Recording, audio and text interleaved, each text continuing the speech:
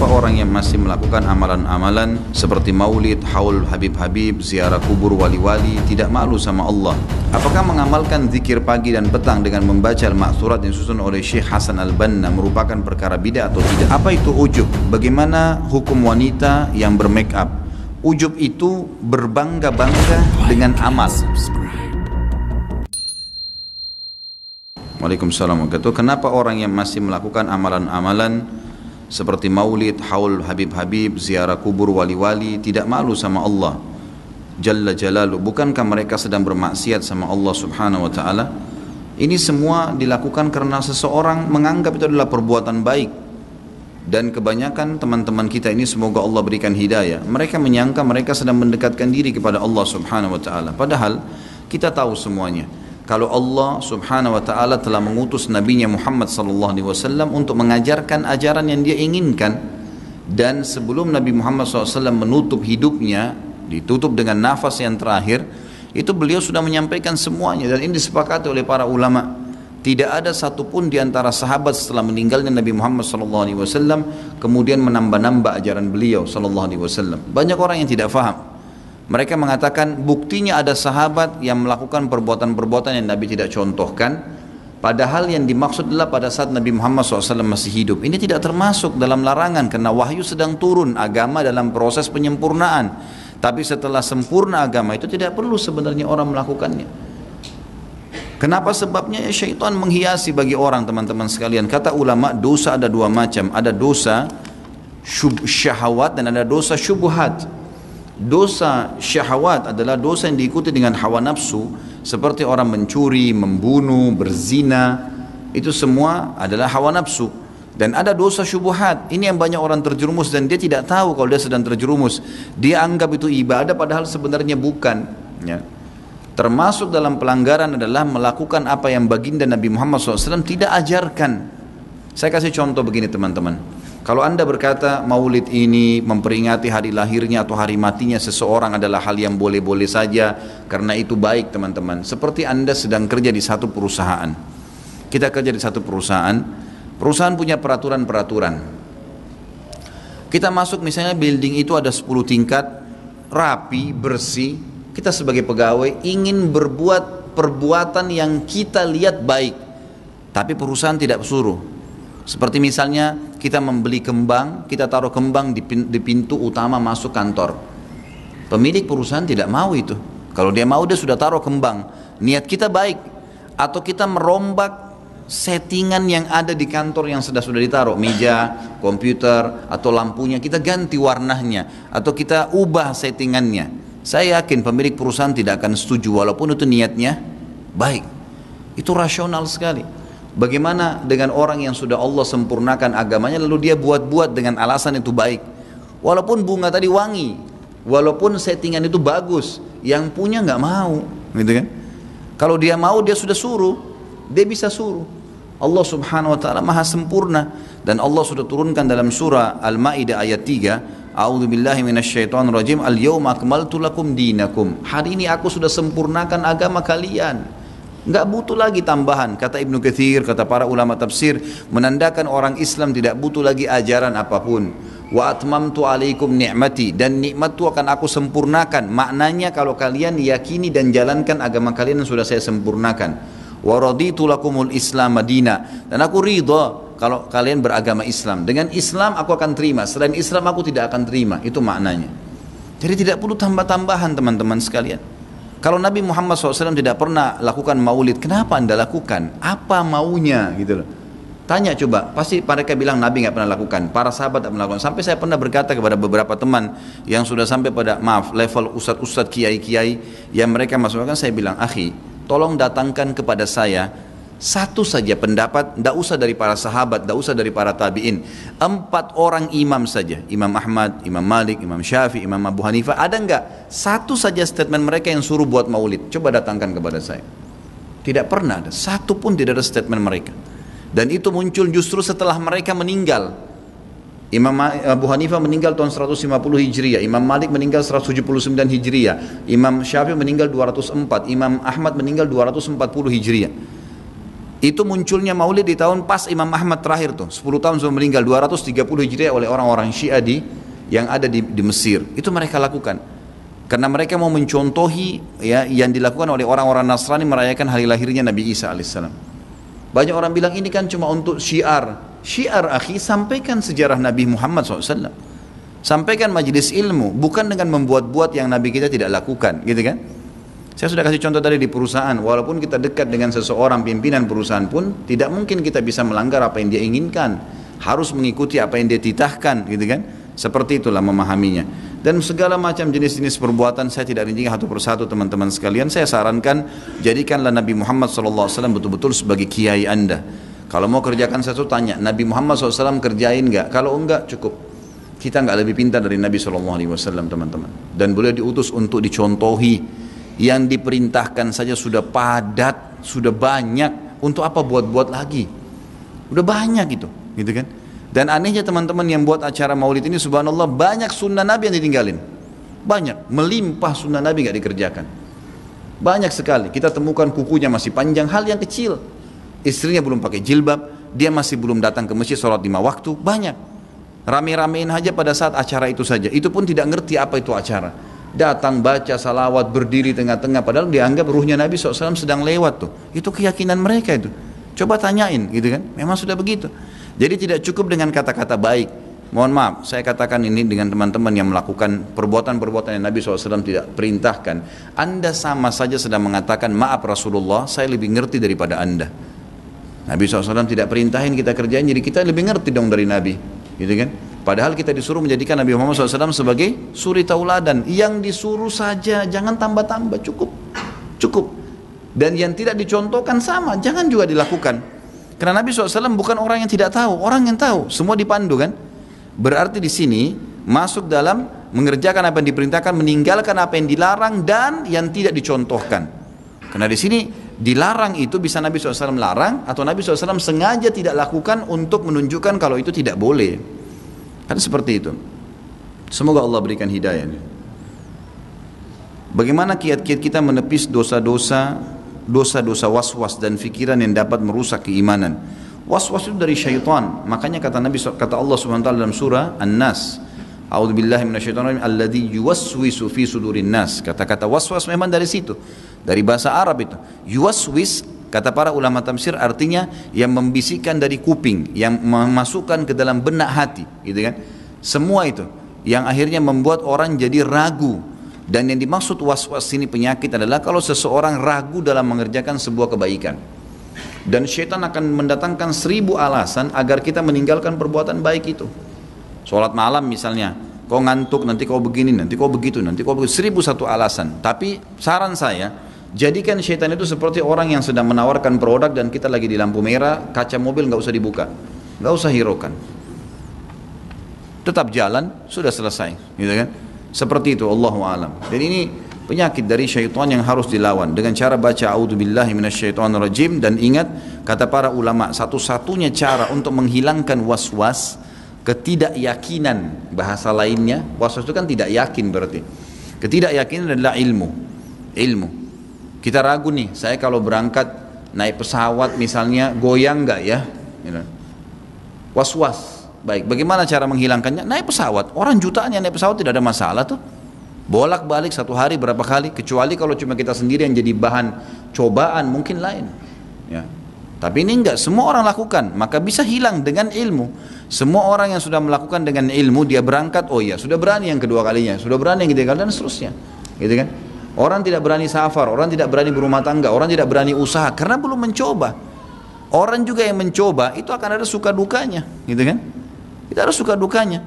Saya subhanallah tadi berbicara dengan istri saya lagi sementara kesini, lalu saya bilang seorang muslim kalau memiliki keturunan banyak, maka berarti dia memiliki keturunan muslim yang banyak. Dan itu salah satu hikmah daripada pernikahan dalam Islam, gitu kan?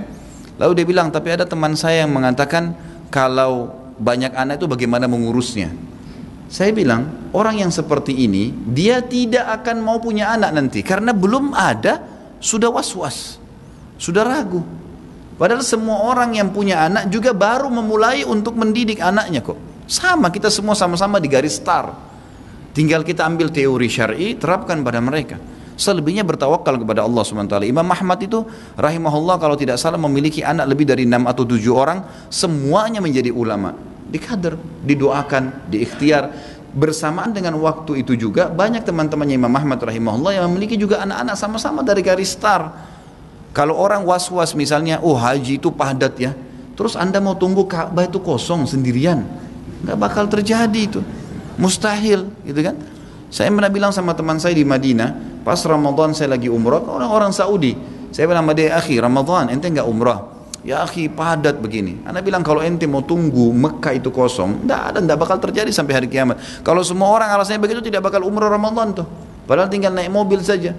Oh iya ya, iya berangkat, paksain diri, nggak bisa. Akan hilang was-was dengan ilmu. Coba, gitu kan? Dalam pepatah bahasa Arab, jarrib ta'rif. Asal itu benar, kita harus yakin. Cobalah maka kau akan mengetahuinya. Apakah mengamalkan zikir pagi dan petang dengan membaca al-ma'thurat yang disusun oleh Syekh Hasan Al-Banna merupakan perkara bid'ah atau tidak? Kita, maaf teman-teman sekalian, saya tadi tidak sempat sortir pertanyaan. Saya sarankan jangan sebut nama orang di pengajian saya. Saya minta tolong ke depannya jangan ada sebut nama orang, jangan nama sebut organisasi. Anda tanya hukum halal haram. Ya. Kalau mau bertanya begini, saya mau baca zikir pagi sore mana yang baik? Tuh paling tepat. Jangan antum sebut nama orang, karena menyebut nama orang, rahimahullah orang ini sudah mati. Sebagaimana seorang muslim semua ini sudah mati, gitu kan? Kalau kita mau main vonis ini bid'ah atau tidak, itu bukan tradisi saya. Mohon maaf, saya tidak bisa menjawab seperti itu. Tapi saya mengatakan Anda membaca zikir pagi sore, ikuti sesuai dengan dalil. Kalau ada dalil tertera dalam buku-buku yang dibaca tentang zikir pagi sore, lakukan, gitu kan? Selama ada dalil maka lakukan. Seperti itulah. Allahu a'lam. Dalam beribadah khususnya sholat, kita harus memperhatikan adab atau kemasan. Apakah menggunakan peci atau kopiah dalam sholat termasuk adab juga? Apabila iya, apa hukum menggunakan peci atau kopiah saat sholat? Tentu saja, ya termasuk adab, karena adabnya sebenarnya ya, rambut itu tidak turun menutupi dahi. Sebenarnya adabnya itu, karena memang dahi ini harus masuk, harus kena tempat sujud, gitu kan? Maka kalau ada rambut harus bisa dipegang. Tapi bukan larangan ya, bukan larangan, tergantung. Karena pernah Nabi SAW sering menggunakan imamah dalam sholatnya, menutup kepala beliau SAW. Tapi ada riwayat Bukhari menjelaskan pernah ada sahabat masuk masjid rambutnya acak-acakan. Lalu kata Nabi SAW, perintahkan orang ini untuk keluar menyisir rambutnya dengan rapi, kemudian dia masuk ke dalam masjid. Intinya adabnya adalah rapi, pakai topi atau tidak, intinya itu.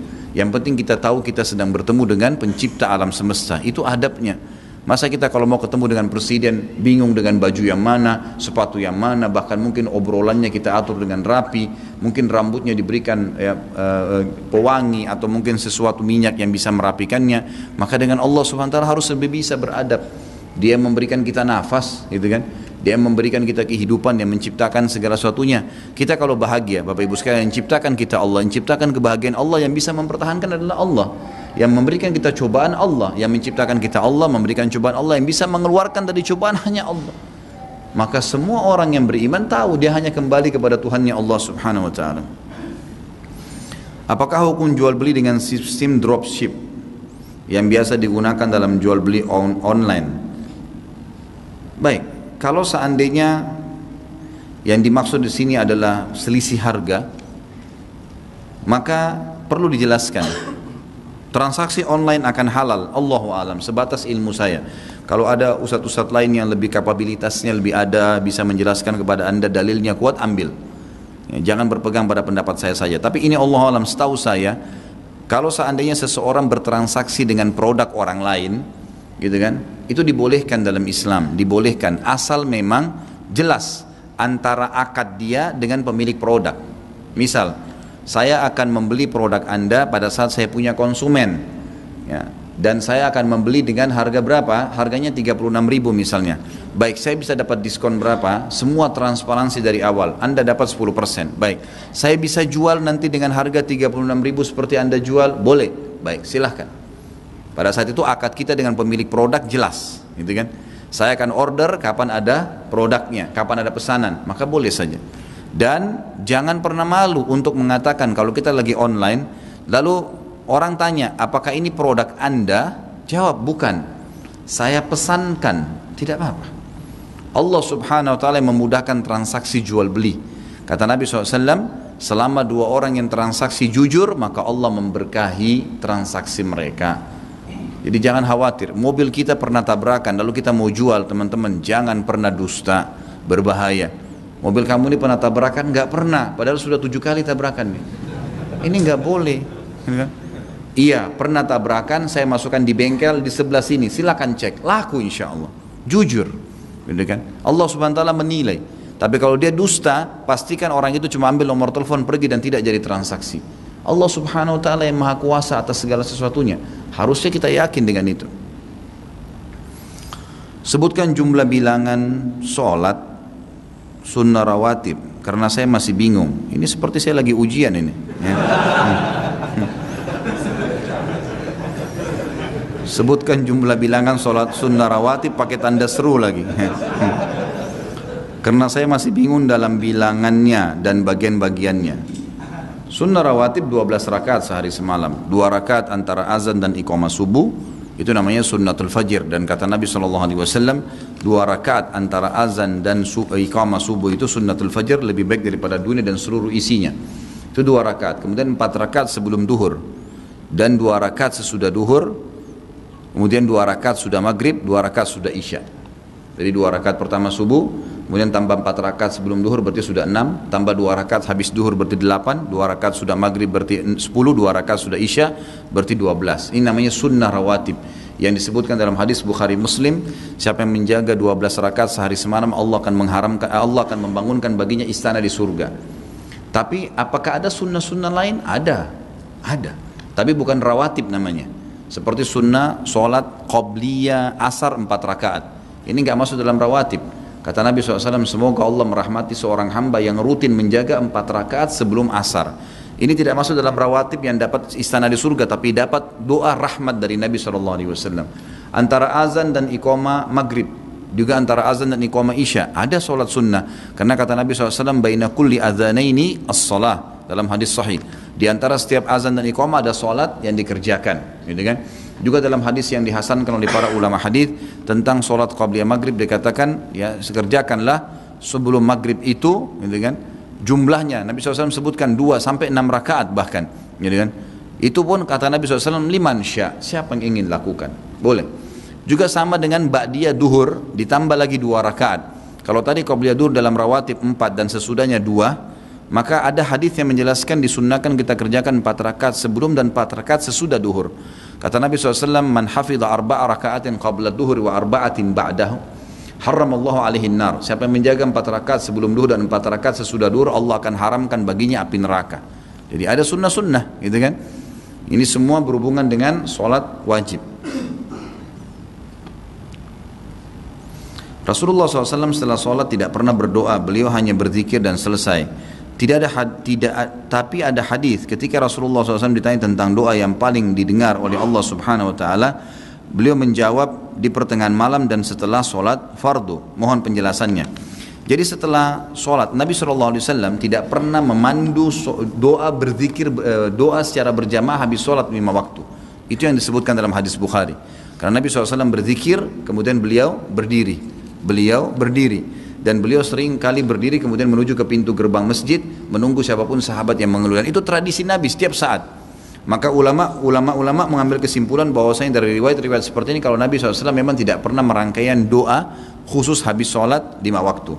Tinggal masalah hadis riwayat Tirmidzi, walaupun masih diperselisihkan derajatnya oleh para ulama, mereka mengatakan kalau yang dimaksud diijabah oleh Allah SWT adalah doa masing-masing secara individu. Doa masing-masing secara individu, gitu kan? Dan ini amannya adalah tidak digabungkan dengan zikir habis sholat. Selesai zikir semua, selesai rangkaian itu, kita memang sudah niat mau berdiri, maka kita berdoa kepada Allah SWT. Atau lebih amannya kata ulama, kalau dia kerjakan setelah ba'diyah, setelah sholat sunnah ba'diyah baru dia berdoa, itu jauh lebih kena, gitu kan? Karena setelah sholat ba'diyah pun, misalnya ba'diyah duhur atau ba'diyah maghrib, masih terhitung setelah sholat fardu itu, masih rangkaian habis sholat fardu, gitu kan? Jadi ini juga bisa dikerjakan ini, dan ini jauh lebih aman kata para ulama. Saya seorang suami yang baru bercerai dengan istri dan mempunyai 3 anak, semuanya tinggal dengan saya. Yang mau saya tanyakan, istri saya ingin rujuk lagi tapi saya sudah tidak mau karena dia sudah mengecewakan saya. Apakah tindakan saya dibenarkan secara syar'i? Tentu saja Bapak sekalian, Allah Subhanahu wa taala mengatakan dalam Al-Qur'an, A'udzubillahi minasyaitonirrajim, wal qadhiminal ghaidha wal 'afina 'anil nas wallahu yuhibbul muhsinin. Yang artinya wal qadhiminal ghaidha, orang-orang yang mampu menahan emosinya sementara dia punya kebenaran. Qadhiminal ghaidh, qadhim itu dia menahan, ghaidh emosi yang memang dia benar tapi dia menahannya. Wal afina 'anil nas, dan orang yang suka memaafkan orang lain. Wallahu yuhibbul muhsinin, dan Allah suka dengan orang yang berbuat kebaikan. Saran saya, dahulukan ini. Kalau hanya pelanggaran-pelanggaran atau kekecewaan yang dilakukan itu sifatnya ya duniawi, yang memang mungkin pelanggaran dulu masih malas mengerjakan kewajiban-kewajiban dan masih bisa dinasehatin, dia memang mau taubat, Allah Subhanahu wa taala aja memaafkan. Kenapa Anda tidak maafkan? Kesian anak-anak gitu kan. Tapi kalau dasarnya memang orangnya buruk, ahli maksiat, Anda punya hak untuk tidak kembali. Ahli maksiat ya, memang dia berzina, memang dia minum khamar, memang dia berbuat hal-hal yang haram, dosa-dosa besar, itu Anda punya hak, jangan kembali. Saran saya tidak. Tapi kalau cuma urusan duniawi yang memang sifatnya mungkin ada sifat yang kasar, mungkin begini dan begitu, dan masih bisa ditoleransi, dia mau perbaikin, terimalah gitu kan, terima. Bahkan ada seorang sahabat pernah mengatakan, ya Rasulullah, saya pulang ke rumah, saya temukan istri saya bersama laki-laki lain, apa yang harus saya lakukan? Lalu Nabi SAW ya, mengatakan ceraikanlah dia. Artinya jelas orang itu selingkuh, berbuat dosa besar. Kata sahabat itu, tapi ya Rasulullah, saya mencintainya, saya suka dengan dia, apa yang saya harus lakukan? Kata Nabi SAW, kalau begitu pertahankanlah, pertahankan sambil perbaikin, asal memang dia mau perbaikin silahkan gitu kan. Seperti itu. Apa yang kita lakukan jika sutra kita yang berupa benda disingkirkan oleh orang lain ketika sholat? Bapak Ibu yang belum tahu masalah sutra, sutra itu adalah pembatas di depan kita kalau sholat. Namanya dalam ilmu hadis sutra. Kita disunnahkan kalau sholat ada sutrahnya. Sutra itu seperti tiang ya. Mungkin di masjid kita ini juga ada, sudah dibuatin kecil-kecil di belakang ada kayu-kayu yang berbentuk, itu sutrah namanya. Jadi saya sarankan kalau sholat selalu bawa sutrah itu di mana-mana. Kalau tidak ada, kita bawa tas atau sesuatu tanda, diberikanlah tanda di depan kita sholat. Karena sutra ini penting, gitu kan? Bahkan ada hadis yang dihasankan oleh Syekh Albani rahimahullah, tidak ada sholat kecuali dengan sutra, gitu kan? Jadi semestinya memang kita harus memiliki sutra, ya harusnya ada. Kalau sholat berjamaah yang memiliki sutra adalah imam. Makanya seperti mihrab itu adalah imam. Ini juga di depan sudah dikasih contoh sutrahnya ada untuk imam kita, gitu kan. Khilaf di antara ulama tentang ukurannya, tapi hadis sahih menjelaskan kurang lebih sekitar 46-45 cm tingginya, gitu kan. Itu dianjurkan. Lebih tinggi daripada itu nggak apa-apa, tiang. Kalau di kamar tidur kita mungkin ranjang, lemari, niatkan jadi sutra.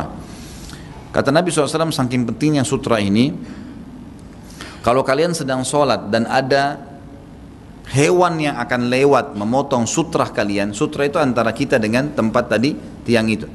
Tiang ini namanya sutra, tapi di antara kita juga ini memotong sutra kalian, memotong di antaranya. Maka merapatlah ke sutra kalian agar hewan tersebut tidak memotong sholat kalian. Jadi saking pentingnya menjaga sutra itu. Dalam hadis lain kata Nabi SAW, kalau seseorang akan memotong sutrahmu antara saya dengan tempat sujud saya ini, maka tahanlah dia.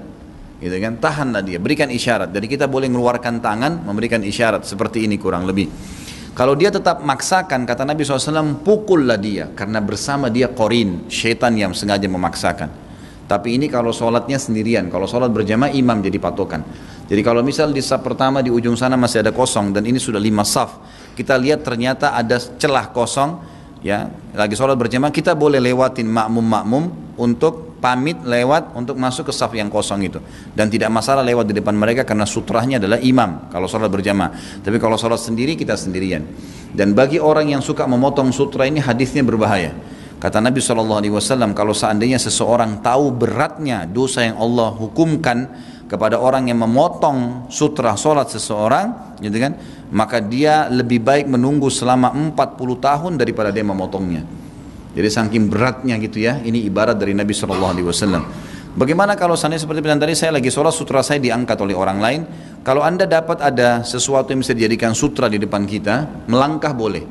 Kata Nabi SAW, langkah kaki yang paling mulia di muka bumi adalah langkah yang menuju menutup saf-saf yang kosong.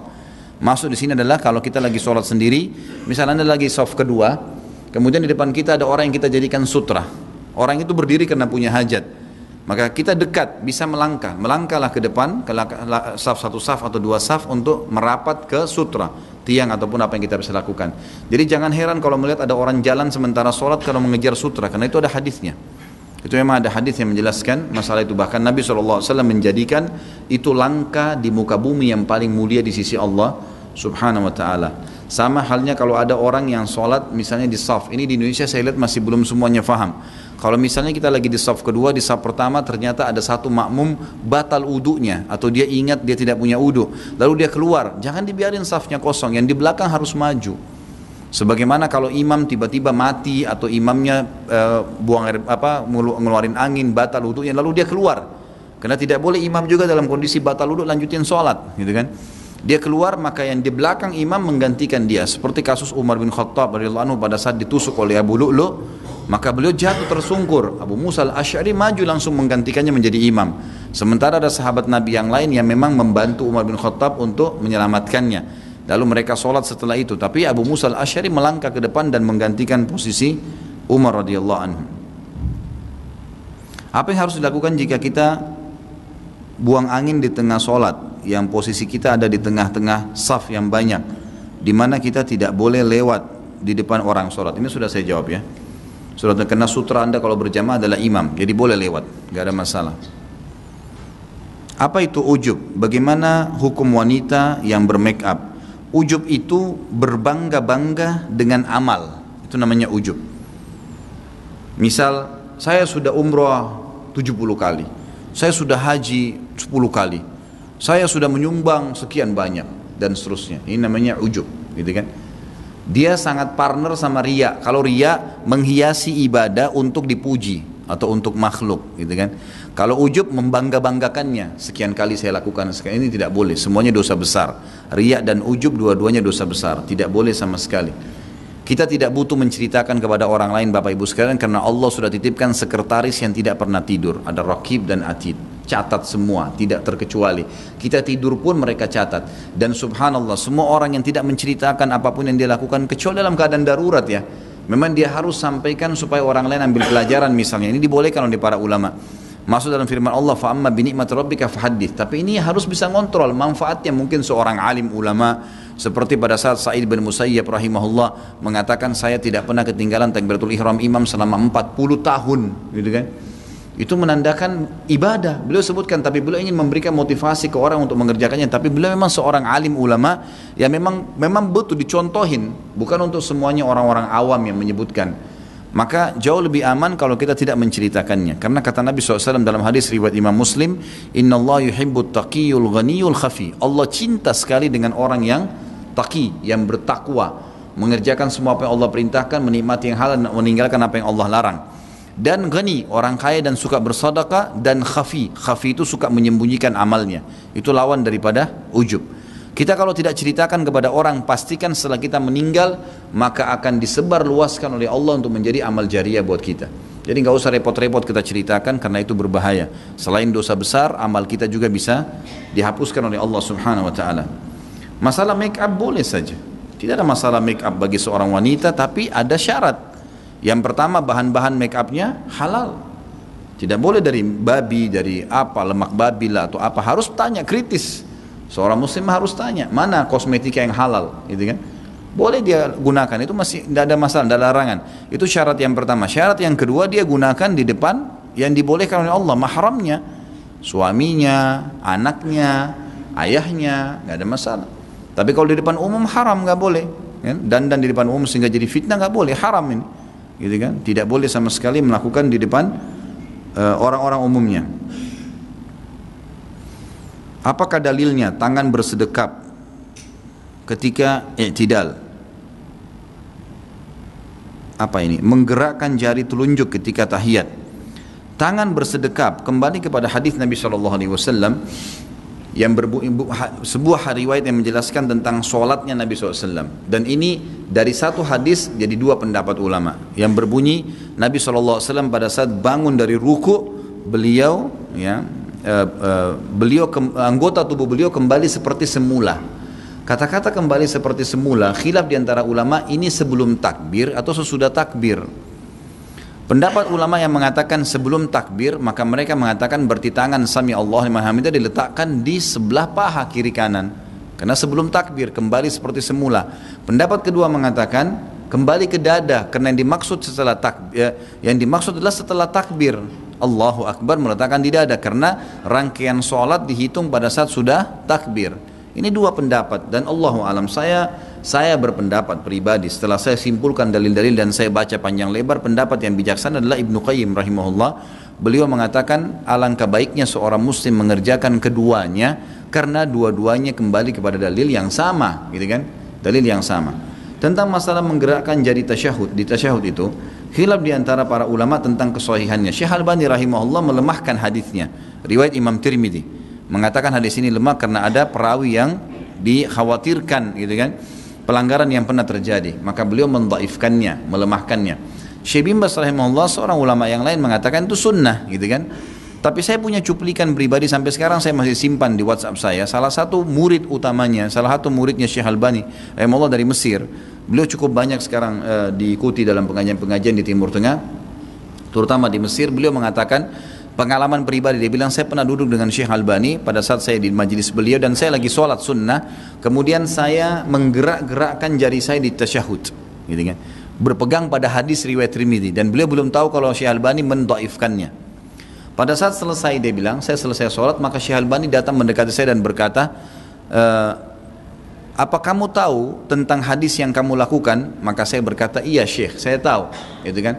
Maka Syekh Albani tidak mengatakan jangan kau kerjakan, tapi Syekh Albani mengatakan dengan hikmah dan ilmunya, Masya Allah, beliau memuji dan mengatakan, kalaupun kau mengamalkan hadis itu, maka getarkanlah jarimu dan bukan digerakkan ke atas dan ke bawah. Dan itu dicontohkan oleh beliau dalam cuplikannya, digetarkan, gitu kan. Kalaupun kau mau praktekkan, maka getarkan. Allahu a'lam, saya ambil kesimpulan dari sini, maka insya Allah dua-duanya bisa, gitu kan. Tidak usah terlalu jor-joran tentang masalah ini, karena memang pengakuan murid Syekh Albani sendiri yang mendhaifkannya mengatakan seperti itu. Syekh Albani bukan mutlak, kalau memang itu hadisnya mungkar tidak boleh, maka pasti akan ditolak secara mutlak oleh beliau. Syekh ini juga Ibnu Qayyim masuk dalam poin seperti ini, adalah mengatakan lebih baik seorang muslim melakukan setiap kali ada khilaf dalam dalil yang sama, maka dikerjakan, diselang-selingkan dikerjakan, sehingga dia mendapatkan pahala dari sini dan dari situ. Bagaimana membawa keluarga ke majelis ilmu di mana untuk ibadah saja masih malas-malasan? Memang harus coba diajak. Insya Allah ya, majelis ilmu itu asal ikhlas karena Allah Subhanahu wa taala, Allah akan berikan manfaat.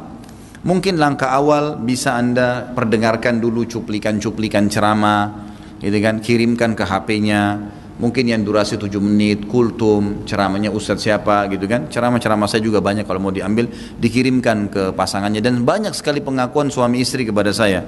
Mereka mengatakan setelah dengar ceramah ustadz kami tersentuh. Ya alhamdulillah. Jadi kan coba dilakukan itu, berikan dulu cuplikan.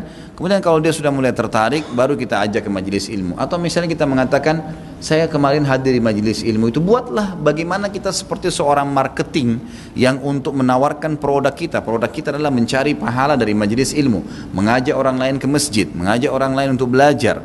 Kita tawarkan kepada dia sebagus mungkin sebuah promosi yang bisa membuat dia datang, asal tidak dusta. Misal, saya kemarin hadir di sana dan setelah saya hadir beberapa kali saya merasa tersentuh sekali dan saya mau kamu merasakannya. Itu kan sebuah cara yang menarik untuk menarik dia untuk bisa mendengarkan, dan tidak ada kedustaan. Tapi nggak boleh kita mengarang-arang hadis palsu, kita mengatakan untuk motivasi orang, itu tidak boleh. Karena ini kata Nabi SAW, man kadzaba alayya muta'ammidan fala tabawa maqtu minan nar. Siapa yang berdusta atas nama saya secara sengaja, maka dia memilih tempatnya di api neraka. Saya biasa sholat di sebuah musola di mana saya dengan teman saya menilai imam di musola tersebut. Saya dengan teman Ya, dengan saya menilai imam di musola tersebut melakukan kesalahan dalam sholat, baik itu bacaan, gerakan, dan bid'ah-bid'ah lainnya. Saya dan teman pernah berniat untuk menggantikan imam tersebut, akan tetapi kami ragu jika nanti warga menilai tidak sopan. Karena saya pernah dengar jika seorang imam tidak disukai para makmum, maka dosa bagi imam tersebut. Jadi bagaimana pemilihan imam yang sebenarnya? Dimusyawarakan, disampaikan baik-baik. Dan saudaraku, semua manusia itu punya buat salah, tapi tugas kita mengingatkan. Saya pernah menemukan seorang imam, bacaannya salah. Imam ini hafal Quran 30 juz, tapi ada bacaan yang keliru pada saat itu di kota Makassar. Lalu saya datangin dia habis sholat, saya minta waktu ke rumahnya sebentar, cuma durasi 5-10 menit. Saya bilang maaf, bukan menggurui, tapi saya waktu itu memang dia belum kenal. Alhamdulillah sekarang kalau saya datang ke Makassar pengajian dia selalu hadir. Tapi awalnya saya sampaikan seperti itu, saya bilang afwan, saya mau sampaikan sesuatu, mudah-mudahan antum jangan tersinggung, ini cuma masukan. Cara membaca Ar-Rahmanir Rahim memang seperti itu, tapi dia baca Ar-Rahmani Ar-Rahim gitu kan, Rahim. Ini setahu saya Allah alam ini tidak tepat, karena itu mengubah makna daripada sifat Allah subhanahu wa ta'ala. Bacaan yang benar begini, antum hafal Quran, mudah-mudahan itu bisa bermanfaat. Awalnya kelihatannya agak berat, tapi alhamdulillah sampai sekarang sudah diubah. Jadi teman-teman kita yang tidak tahu salah itu mungkin saja dia tidak ngerti. Masih ingat riwayat yang pernah saya sampaikan, ada sahabat masuk Islam di zaman Nabi SAW. Saking gembiranya dia setelah masuk Islam sekitar 2 pekan gitu kan. Dulu waktu dia masih di masa jahiliyah sebelum Islam, kalau dia senang atau suku mereka senang dengan seseorang, dihadiahkan khamr. Maka dia cari khamr di Madinah, ingin membelikan untuk Nabi Muhammad SAW sebagai kegembiraannya, menunjukkan kegembiraan. Tidak ada di Madinah karena khamr sudah diharamkan. Dia juga tidak tahu, belum tahu hukumnya. Lalu dia keluar dari kota Madinah, dia pergi jauh untuk mencari khamr, sampai dapat khamr dalam kendi yang bagus, yang paling mahal, dibeli sama dia. Dia masuk ke masjid bawa kendi khamr.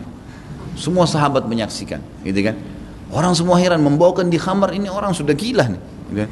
Dan mengarahkan Nabi SAW, Nabi lagi duduk, lalu kemudian datang depan Nabi, duduk dengan santun dia mengatakan, ya Rasulullah silahkan. Dia nggak tahu.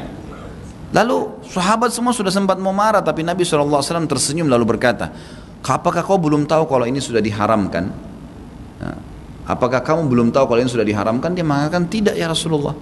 Kata Nabi SAW, Allah telah mengharamkannya, maka pecahkanlah. Orang itu pergi di luar masjid, dipecahkan sama dia. Bayangin, orang tidak tahu, ya kan? Kalau kita langsung vonis tahu ini susah. Jadi sampaikan, subhanallah. Saran saya kepada imam ini, didatangi, nasihatin baik-baik. Kalau misal lebih baik lagi kalau kita punya ilmu, misalnya antum print artikel atau ada buku, saya sarankan judulnya Kriteria Imam dalam Islam, terbitan Pustaka Tazkiyah. Mungkin harganya sekitar 30.000, 35.000 harganya, itu bagus tuh. Di dalamnya ada syarat-syarat, berikan hadiah. Ya, berikan hadiah buku itu dengan buku doa. Kemudian langsung pada saat diberikan hadiah, maaf Pak Imam, kami berikan ini dan kami sempat mendengarkan begini, mudah-mudahan Anda tidak tersinggung, dan ini kami karena lillahi ta'ala hanya menyampaikan, lalu tinggalkan. Setelah itu kita lihat perkembangan. Kalau memang sudah didakwain tetap dia tidak mau, gitu kan, maka baru kita sampaikan kepada majelis masjid kalau peraturannya seperti ini dalam Islam loh, gitu kan. Jangan tiba-tiba diubah tanpa musyawarah, dimusyawarahkan dengan pengurus masjid supaya semuanya bisa mengetahui apa kesalahan yang sedang terjadi. Apakah jika kita hendak bersalaman dengan orang dalam suatu grup atau kelompok sunnahnya dimulai dengan sebelah kanan kita? Jawabannya iya. Karena Nabi SAW dalam hadis Bukhari dikatakan selalu memulai yang baik-baik dengan sisi kanannya, baik menggunakan pakaian, sisir, apa saja. Karena Nabi SAW yuhibbut tayammun, hadisnya. Nabi SAW sangat senang sekali memulai dengan sisi kanan, semuanya. Dalam mandi, sisir, pakai baju, dan seterusnya, semua kebaikan. Dan selain daripada itu, beliau menggunakan tangan kirinya, maaf, dengan cebok, dengan mengangkat sebuah kotoran, dan seterusnya, itu menggunakan tangan kiri. Jadi memang lebih baik dengan sisi kanan. Jika tanaman kita dimakan hewan, maka disebut sebagai sedekah. Bagaimana jika yang makan tanaman itu ulat bulu? Bolehkah kita membunuhnya karena khawatir mengenai anak kita? Saran saya singkirkan.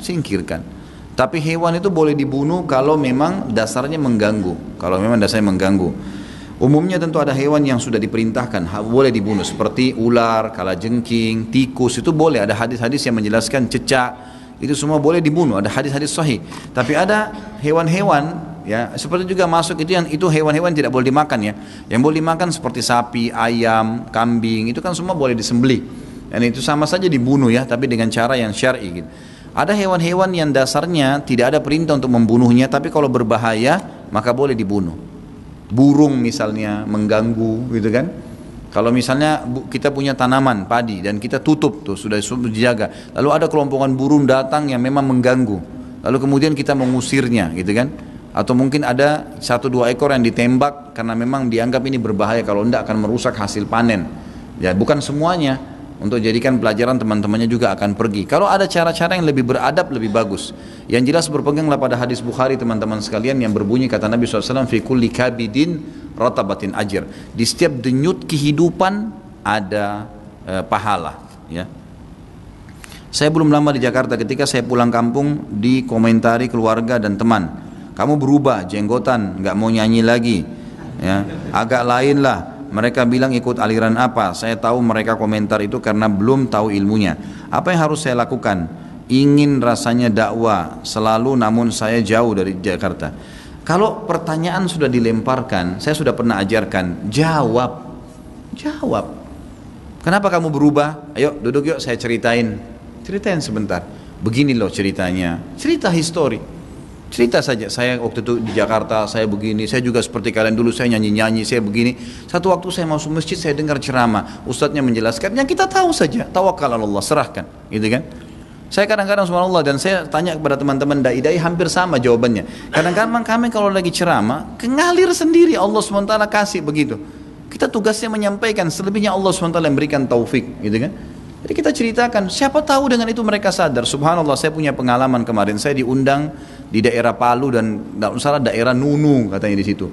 Saya tidak ngerti daerah ini siapa, daerah ini kenapa gitu kan. Ternyata di sana daerah yang terkenal suka berantem. Daerah itu terkenal di satu kecamatan suka berantem, bahkan kalau berantem itu perempuannya juga ikut-ikutan gitu kan. Saya diundang sama teman-teman dari situ gitu.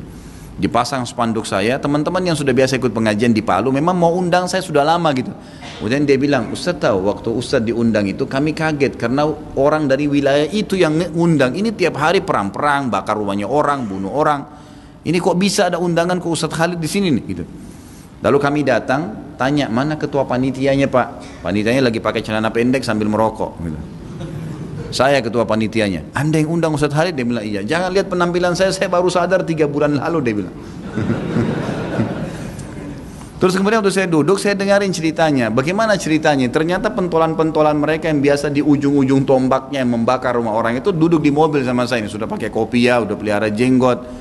Terus saya tanya gimana ceritanya? Dia bilang Ramadan yang lalu Ustaz, ada satu orang di antara kami dengar ceramah antum di YouTube. Setelah dia dengar, dia suka. Sekali 2 kali dengar. Terus dipasanglah layar di sebelah masjid. Teman-teman ini semua pada diajak teman-temannya nih. Itu sambil nonton ceramah antum sambil pegang botol bir tuh, sambil mabuk Ramadan. 2 hari berturut-turut, 3 hari dengar ceramah, berhenti masuk masjid semuanya kaget orang-orang situ. Kalian ini kenapa nih bisa sadar begini gitu. Tapi hidayah di tangan Allah Subhanahu Wa Taala. Ceritakan saja, sampaikan. Dia tidak cerita apa-apa, dia cuma putarin ceramahnya saja.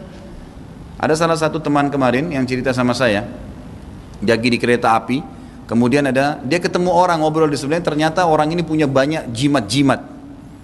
Dia bukain ceramah, kata dia ceramah saya, memang dia sering hadir pengajian saya, ini ceramahnya Ustaz Khalid nih, tentang masalah sihir, cuplikan durasi. Biasa teman-teman Pak Diarto dan teman-teman tim mengangkat sedikit tanya jawab atau ada keterangan 7-8 menit, dinonton. Subhanallah, hidayah di tangan Allah. Kata dia, saya tidak sangka Ustaz, tiba-tiba jimatnya dikeluarin semua, setelah nonton dibuang semua. Seketika pada saat itu 7 menit dengar ceramah. Hidayah di tangan Allah.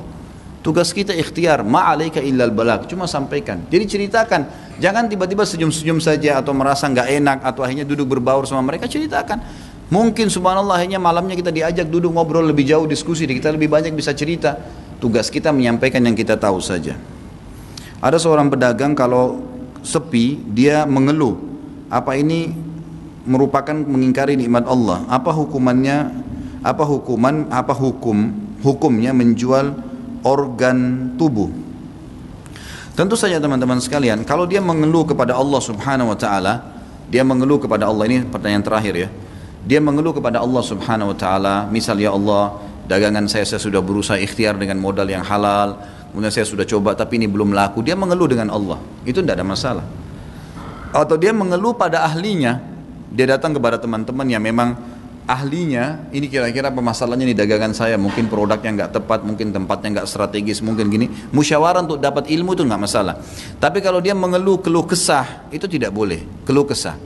Ya, keluh kesah ini dalam arti kata, wah belum datang, misalnya sudah datang 3 orang pembeli, tetangganya dapat 7 orang, wah saya kok cuma 3, berkeluh kesah.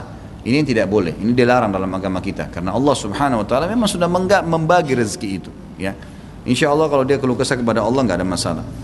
Ustaz, apa hukumnya bekerja sebagai PNS? Bagaimana? Maaf, tadi ini masih ada pertanyaan masalah hukum menjual organ tubuh. Nggak bisa ini, nggak bisa, haram, nggak boleh Bapak Ibu sekalian. Anda bukan pemilik organ tubuh Anda ini. Allah Subhanahu Wa Taala. Bagaimana caranya? Sedangkan orang kalau habis dipotong tangannya, mati, tangannya dimasukin, dijahit, dimasukin lagi. Kenapa jenazah pada saat kita mati Bapak Ibu sekalian dimandikan? Kenapa dikafani? Kenapa dikasih daun bidara, wangi-wangian? Padahal sebentar lagi dimakan sama belatung tuh. Karena ini pinjaman dari Allah, dikembalikan dengan cara baik. Sampai ulama mengatakan, nanti kita bahas ada adab terhadap diri sendiri. Ada nanti bahasan adab terhadap diri sendiri. Itu kata para ulama, beda pahalanya antara orang yang mati, merawat dirinya, rambutnya selalu dirawat, tubuhnya dirawat, semampu dia. Karena ini pinjaman Allah, dengan orang yang amburadul, makan sembarangan, minum sembarangan, jadi penyakitan. Itu pahalanya beda. Ada adab terhadap diri sendiri. Nanti kita akan bahas masalah itu. Jadi memang harusnya kita faham ya. Jadi nggak boleh. Kita terus bagaimana dengan orang yang sakit? Ya orang yang sakit sudah nasibnya. Dia berdoa kepada Allah SWT, tidak ada yang mustahil. Dan terbukti teman-teman sekalian, organ tubuh ini ditransaksikan, dijual belikan.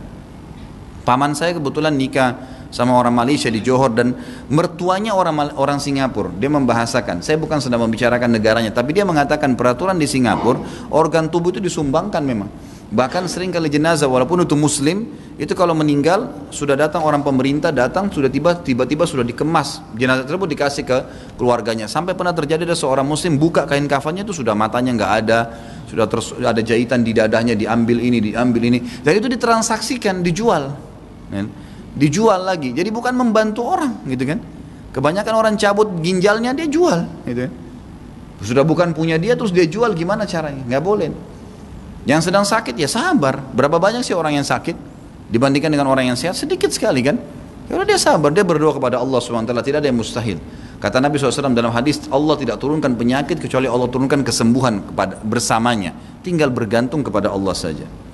Apa hukum bekerja di PNS? Ini pertanyaan terakhir. Boleh saja. Tidak ada sesuatu yang dilarang kecuali kalau memang Anda bekerja di instansi pemerintah yang dasarnya haram.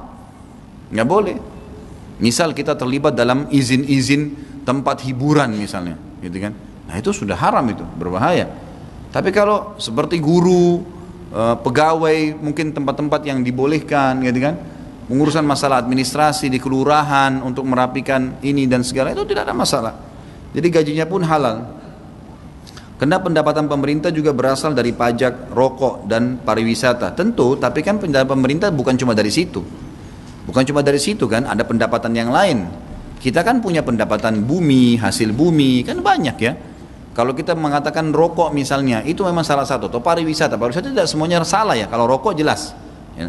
Tapi pariwisata tidak semuanya salah, karena tidak semua orang buruk yang datang, gitu kan? Tidak semua orang buruk datang. Berapa banyak teman-teman di Bali mendakwahi orang-orang yang datang turis, malah mereka dapat hidayah, gitu kan? Karena ketidaktahuan saja. Jadi Allah alam, yang saya tahu tidak ada masalah, kecuali dasarnya sub pekerjaan kita itu memang haram. Nah itu baru haram. Allahu alam, itu yang saya tahu. Kalau benar dari Allah, kalau salah pasti dari saya. Karena kebodohan saya mohon dimaafkan dan saya beristighfar kepada Allah. Subhanakallahumma wa bihamdika asyhadu an la ilaha illallah astaghfirullah wa atubu ilaih. Wassalamualaikum warahmatullahi wabarakatuh. Like and subscribe.